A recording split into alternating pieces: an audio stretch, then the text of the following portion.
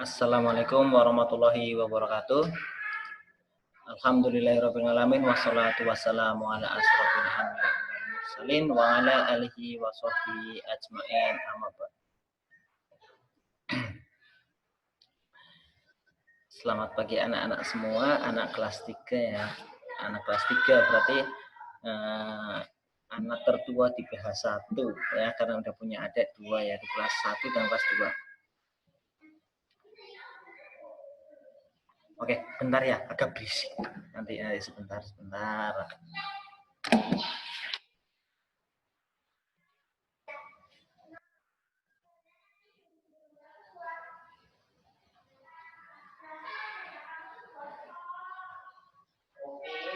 Oke, jangan terlalu berisik, oke.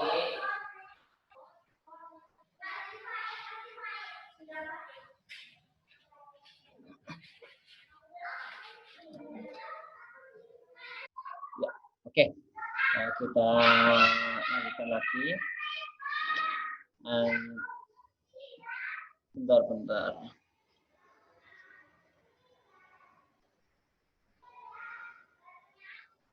Oke. Sudah, ya tenang.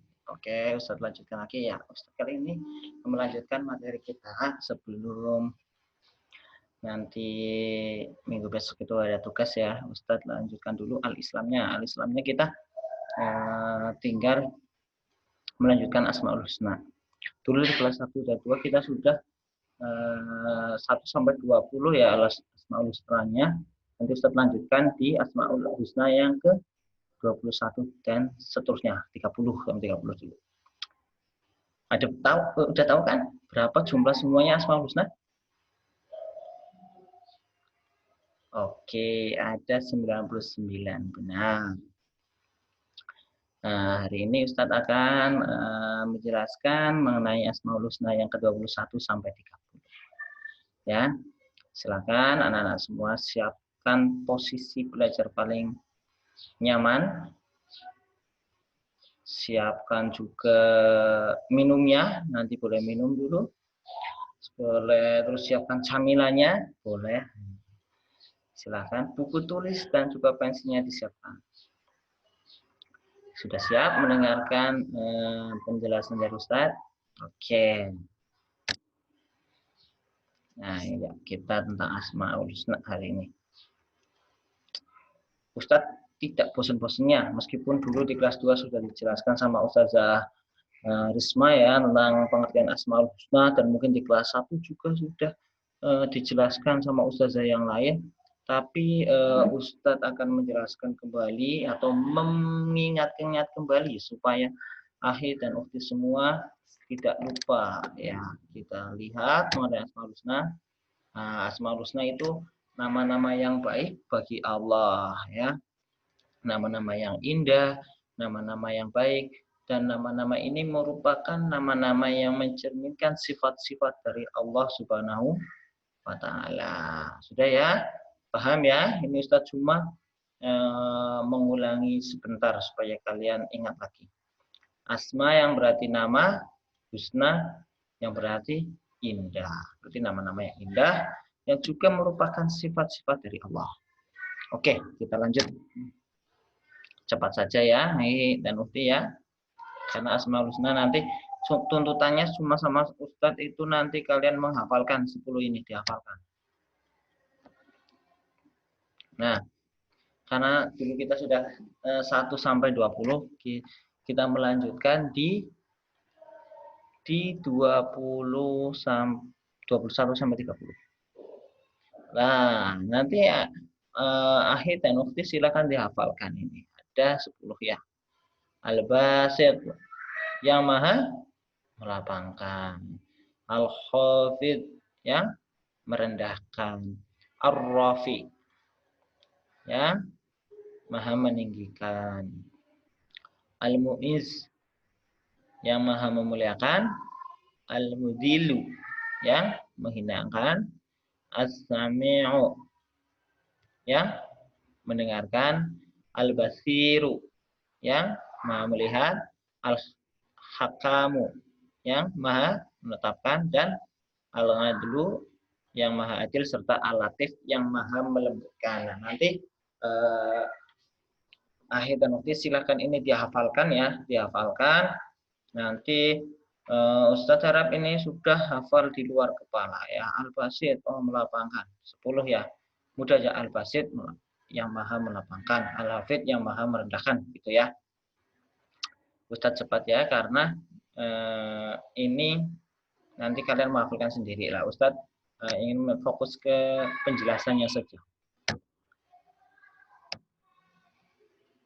Nah, yang pertama, Ustadznya geser.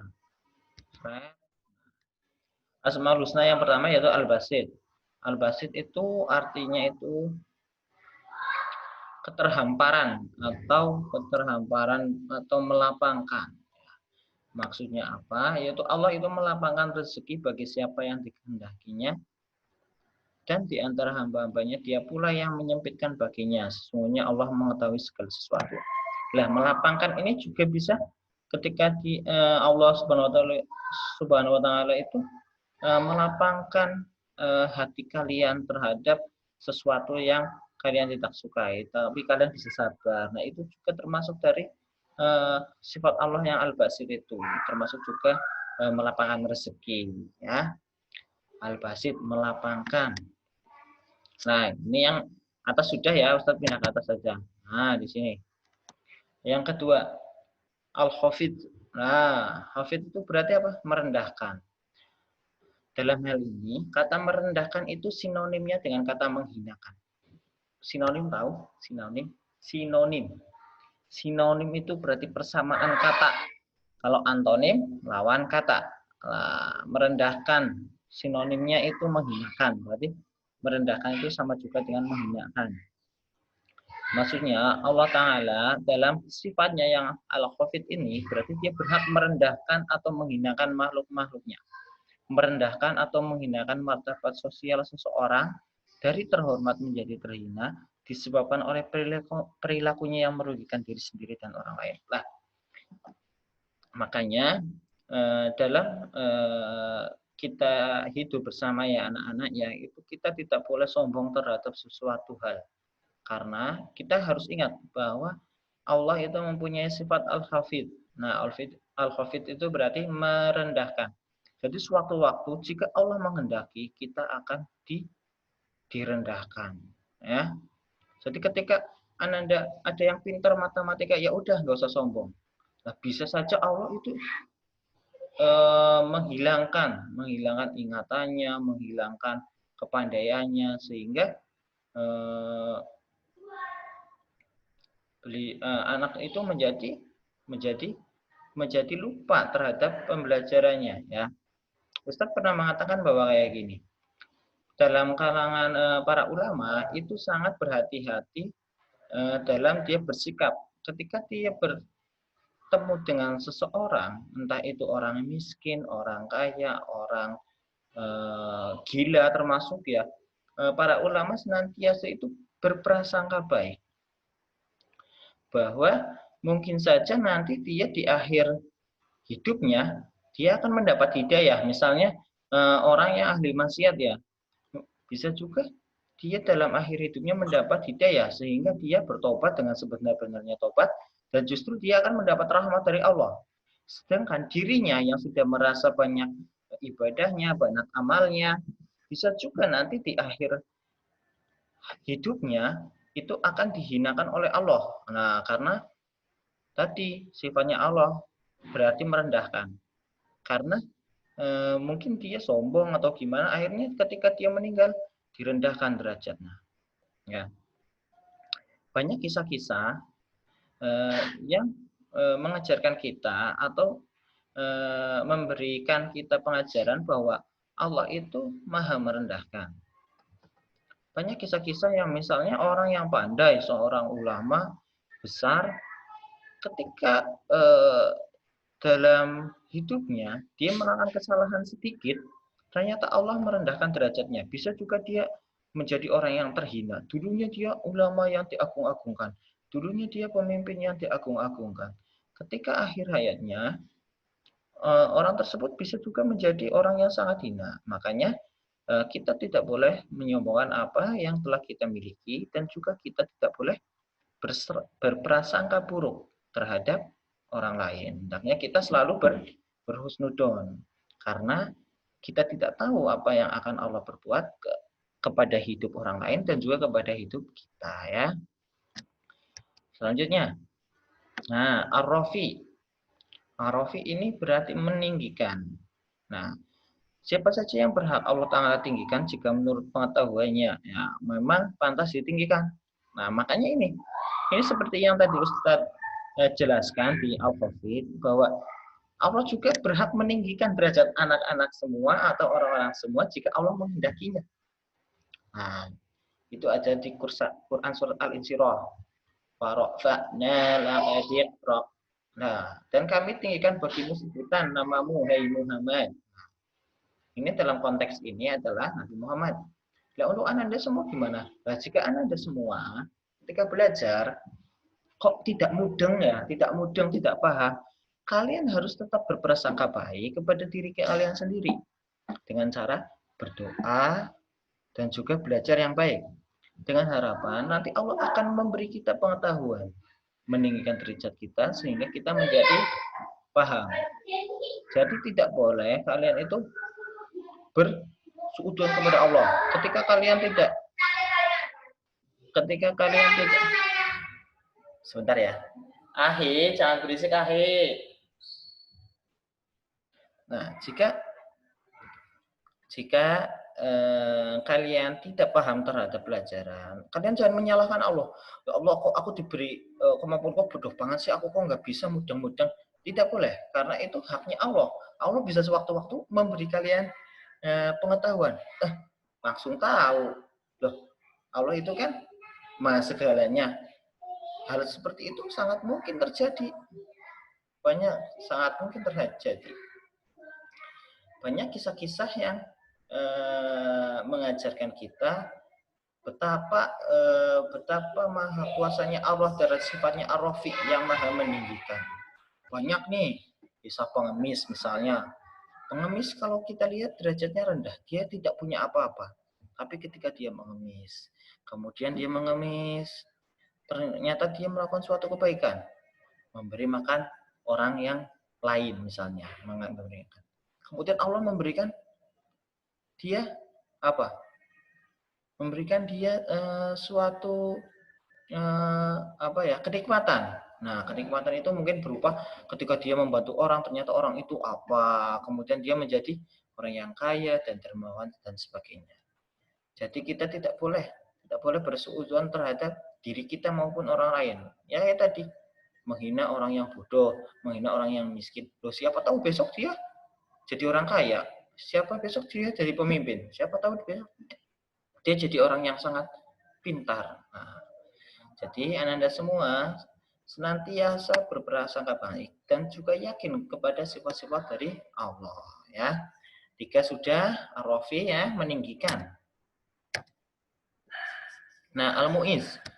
Al-mu'iz itu berarti dia Allah itu maha memuliakan dan maha menghinakan. Ini hampir mirip terhadap tadi yang ar-rafi dan khafid, yaitu Allah itu akan memuliakan hamba-hambanya yang dia kehendaki, dan juga dia akan menghinakan hamba-hambanya yang dia kehendaki.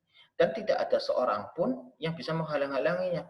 Nah, misalnya juga Allah menghendaki si A jadi orang kaya, si A jadi pemimpin.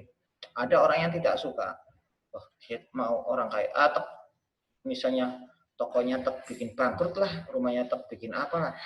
Tapi jika Allah menghendaki, orang mau berusaha apapun juga tidak bisa. Karena Allah maha al-mu'iz, berarti bisa menghendaki. Jadi memang Anda semua jika kalian dalam berteman itu tidak boleh menghinakan atau menyombongkan diri, ya, karena kita itu tidak tahu hidup kita ke depannya akan seperti apa. Tugas kita adalah berprasangka baik. Oke. Nah, sorry, salah. Oke. Al-muzil. Nah, yang kelima.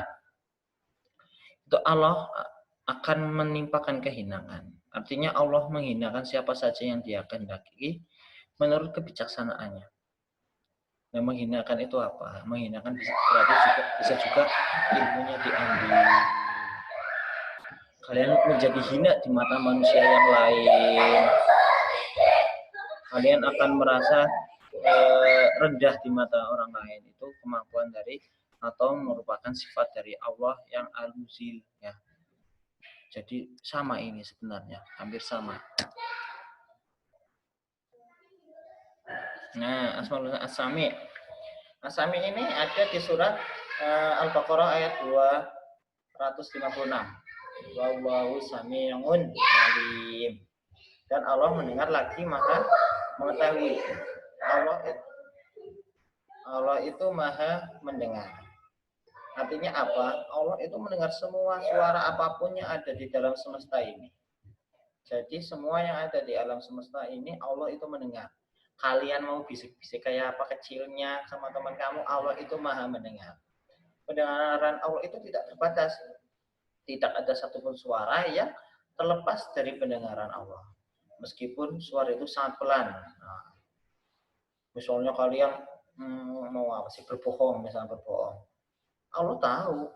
Misalnya kalian bisik-bisik, misalnya Ustaz tanya nih, Ustaz, siapa yang sudah siapa yang belum mengerjakan PR? Oh, terus ada siapa? Ada salah satu anak bilang, sudah, semuanya sudah, iya. Ternyata anak yang itu bisik-bisik ke anak yang B. Sebenarnya aku belum ngerjain dulu. Nah, ustadznya memang nggak dengar, tapi Allah Maha mendengar karena Allah mengetahui semua yang ada di bumi. Sekalipun kalian tidur malam-malam, ya Allah bisa mendengar. Wah, ini anak mau tidur berdoa dulu. Nah, kayak gitu. Ya. Jadi kalian tidak bisa menutupi apa yang kalian ucapkan dari pendengarannya Allah Subhanahu wa taala. Lanjut ke 7, Al-Hakam. Nah, Al-Hakam. Al-Hakam itu artinya Allah memutuskan atau menentukan hukum. Nah, berarti Allah di sini memutuskan sesuatu yang benar dan sesuatu yang salah serta memberikan balasan sesuai dengan amalnya. Nah, ini ada firman Allah di Quran surat Al-Hadid yang artinya tiada suatu bencana pun yang menimpa di bumi dan tidak pula pada dirimu sendiri melainkan telah tertulis di Lauhil Mahfuz. Sebelum kami menciptakannya, sesungguhnya yang demikian itu telah mudah bagi Allah. Nah, seperti yang Ustaz tanyakan dulu. Al-Hakam kan itu artinya menentukan hukum. Kemarin dalam pembahasan kita mengenai kitab Al-Quran itu juga dituliskan di Lauhil Mahfuz. Lauhil Mahfuz itu apa? Yaitu suatu tempat di mana di dalamnya tersimpan catatan hidup kita. Jadi catatan hidup kita itu sebenarnya sudah tertulis di Lauhil Mahfuz. Dan di situ itu tidak ada yang bisa merubahnya kecuali Allah Subhanahu wa taala. Termasuk setan itu tidak bisa masuk ke Lauhil Mahfuz. Karena mahfuz itu artinya terjaga, yaitu maksudnya terjaga tidak bisa dirubah oleh siapapun. Nah, Allah itu sudah menetapkan hukumnya itu dari di situ, termasuknya yang di situ. Jadi kalau ini benar ya benar kata Allah. Kalau ini salah ya kata salah. Nah, ini menarik anak-anak semua, misalnya oh ya enggak janganlah, ini kalian masih kecil. Ya, cukup pahami aja. Al-Husna itu Asmaul Husna yang Al-Hakam itu berarti menentukan hukum. Ya, nanti kalian ketika di bangku perkuliahan atau SMP, SMA itu mungkin nanti bisa menjelaskan lebih dalam lagi ya. Ini untuk pemahaman saja. Nah, Al-Basir, ada yang namanya Basir. Nah, Al-Basir berarti yang Maha melihat. Hampir sama dengan sifatnya mendengar. Jadi, kalau mendengar apapun yang kalian ucapkan itu selalu Allah dengar. Ini juga sama, melihat. Berarti mau bagaimanapun kalian bertingkah di rumah, di sekolah itu Allah Maha melihat, ya. Jadi kalian itu harus merasa selalu terawasi karena ada Allah yang Maha melihat. Ketika misalnya puasa ini, yang sering ini ya, siapa ini yang sering kayak gini. Nah, puasa misalnya Kalian puasa nih, ngakunya puasa. Ketika kalian puasa, rumah sepi, ibu lagi keluar arisan, ayah lagi bekerja, adek tidur. Ayam goreng nih. Ayam goreng katanya ya. Ayam goreng. Siapa ya? Siapa ya? Yang suka makan siapa? Semuanya suka makan, Ustadz juga suka makan. Ya berarti ya udah Ustadz aja lah, pura-puranya Ustadz. Nah, Ustadz ini yang sebenarnya tidak boleh dicontoh ya. Misalnya Ustadz Eri ngakunya puasa. Di rumah Ustadz Eri ada istri. Istri lagi pergi, rumah sepi. Waduh, rumah sepi nih.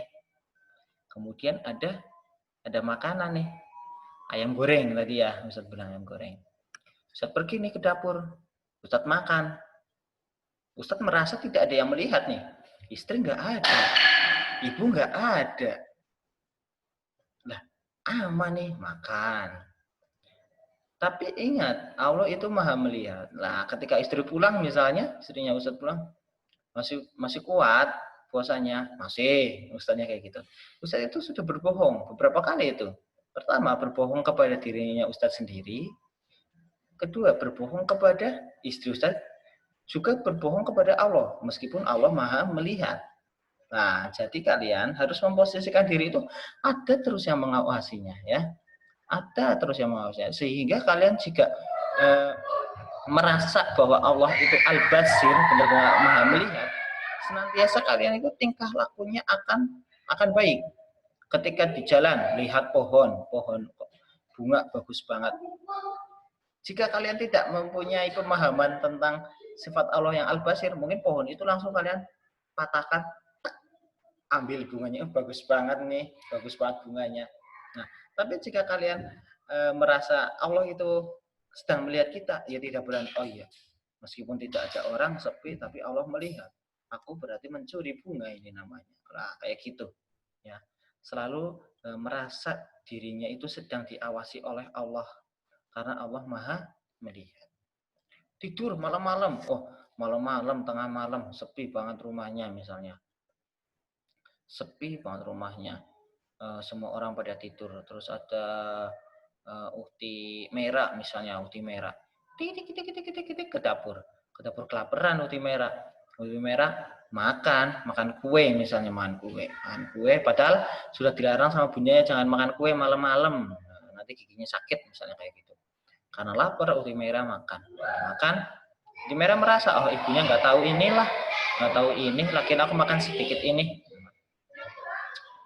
Itu nggak boleh, meskipun tengah malam jam 12 malam sepi, nggak ada siapa-siapa, tapi lihat, Allah itu maha melihat. 24 jam kita terpantau CCTV-nya Allah. Nah, 24 jam kita itu terpantau. Meskipun kalian budanya merah nggak tahu, tapi Allah tahu ya. Itu merah yang nggak kayak gitu. Ini sih cuma Ustaz contoh. Nanti contohnya hanya acak, kadang merah, kadang Naila, kadang siapa, pokoknya Ustaz hanya untuk mencontohkan saja ya. Itu yang Al-Basir. Ustaz lanjutkan, mohon maaf ini rame ya, lumayan rame ya. Ustaz pusing juga ini, tapi nggak apa. Yang ke-9 yaitu Asmaul Husna yang Al-Adil. Nah, itu maksudnya adil. Allah itu maha adil ya. Maha berarti Allah itu memberi sifatnya dirinya itu mutlak, tidak dipengaruhi oleh siapapun dan oleh siapapun. Maksudnya Allah, ketika Allah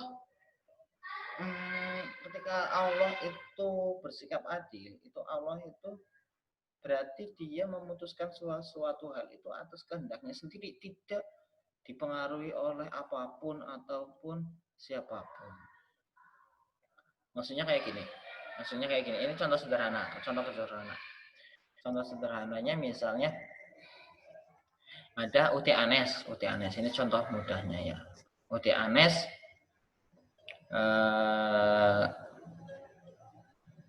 Anes misalnya membantu orang lain, misalnya menyeberangkan orang lain, menyeberangkan nenek-nenek nih. Uti Anes menyeberangkan nenek-nenek, jalan udah menyeberangkan. Menyeberangkan nenek-nenek di jalan sudah. Nah, sudah. Kemudian Uhti Anes itu ingin ingin membeli buku misalnya, membeli buku tapi nggak punya uang misalnya gitu Ukti Anes. Kemudian nenek-nenek itu yang telah disabrangkan oleh Ukti Anes itu berdoa. Terima kasih cucu, terima kasih ya cu sudah menyabrangkan nenek. Wah, semoga apa yang kamu inginkan cepat tercapai. Nah misalnya kayak gitu, Padahal Ukti Anes memang punya keinginan untuk membeli buku. 2 hari kemudian entah itu dapat rezeki atau gimana, Ukti Anes dapat uang terus bisa membeli buku. Nah, itu merupakan sifat Allah yang maha adil.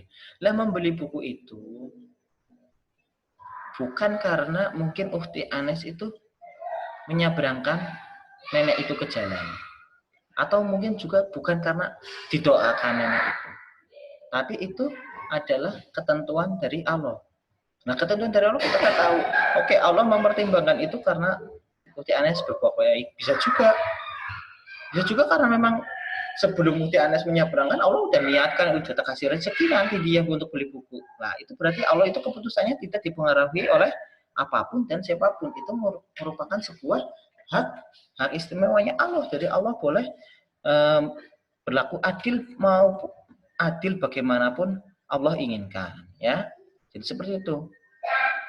Bisa juga Allah tadi berlaku adil karena ketulusan hati Ukti Anes menolong orang. Bisa. Karena apa yang dipikirkan oleh apa yang dikehendaki Allah itu manusia itu tidak bisa mengetahui yang sebenarnya ya. Itu merupakan dari sifat al-adil itu kayak gitu. Terus lagi